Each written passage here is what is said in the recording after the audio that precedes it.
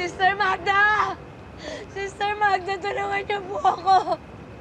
Parang awan niyo na po. Parang awan niyo na po. Sir! Tulong!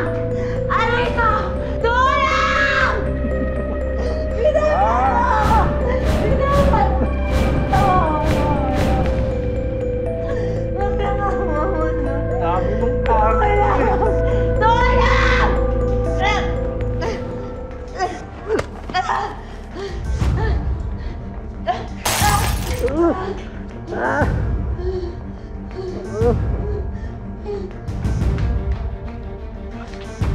Anong nangyari dyan?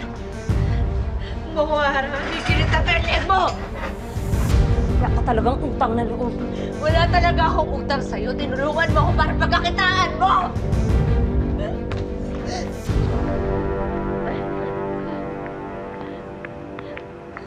Sister Magda! Sister Magda, tulungan niyo po ako! Sister Magda! Sister... Clarice, ikaw ba yan? Ano nangyayari sa'yo?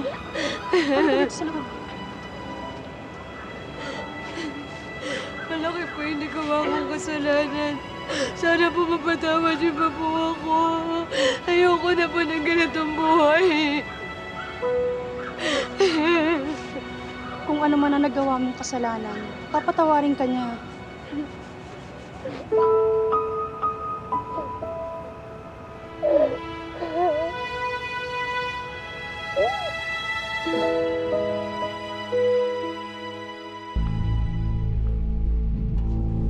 Naranasan ko rin po yung mga pambabastos nila, mga customer, iba-ibang kausap.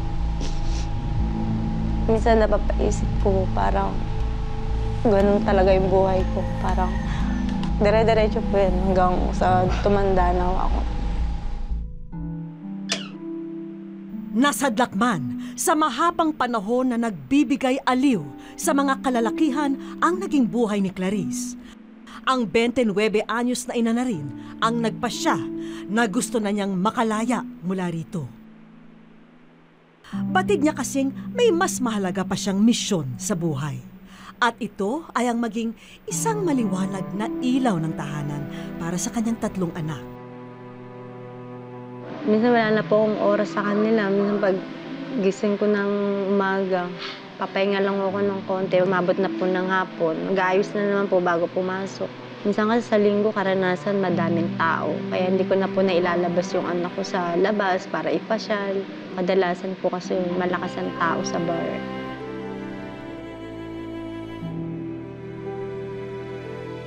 Dahil grade 2 lamang daw ang kanyang natapos, alam ni Clarice na magiging isang malaking kalbaryo para sa kanya ang makahanap ng ibang pagkakakitaan.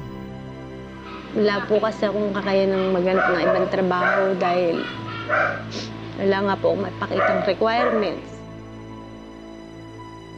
Lagi po hinahanap requirements. Hindi ko naman po kaya mandaya. Kaya hindi ko na lang po siya hindi ko na lang po magawang mag-apply. Sa bar talaga ako bumabagsak. Sa club na ako tumanda. Isa rin sa dahilan kaya nais ng talikuran ni Clarice ang buhay GRO, naglalakihan na raw kasi ang mga anak niya at nagiging mausisa na rin ang mga bata. Sabi ko, waitress ako, panggabi. Ngayon, sabi nila, Mama, ba't umuwi ka ng makainom? Tinutulugan ko na lang po sila dahil wala rin po may sasagot eh. Ngayon po naiisip ko po kasi yung laging pag-aaral. Bakit hindi ako napag-aaral? Kasi kung nakapag-aaral ako, hindi naman po ako papalok sa ganung trabaho. No choice po ako eh. Ang panghihinayang na hindi nakatapos ay lalong nadarama ni Clarice sa tuwing nagpapaturo sa kanya ang mga bata ng kanilang mga assignment. Hindi niya raw magabayan ng tama ang mga anak. Naaawa po ako sa sarili ko eh. Hindi ko na lang po masabi na hindi ko alam yan. Naawa na lang po ako sa sarili ko. Bakit hindi ako nakapag-aral kasi gumagano ako sa isip ko. Ngayong nakatakas na si Clarice sa dati niyang madilim at masalimuot na mundo, isang pangarap na matagal na niyang minimithi ang nais niyang magkatotoo. Isa lang naman po yung gusto kong mag-aral eh. Siguro pag nakapag-aral ako, may isip ko lahat ng bagay na pwede kong gawin sa mga anak ko. Sobrang saya ko po siguro. Ipapakita ko sa mga anak ko na kahit na ganito ako, edad ko, makakapag-aral ako.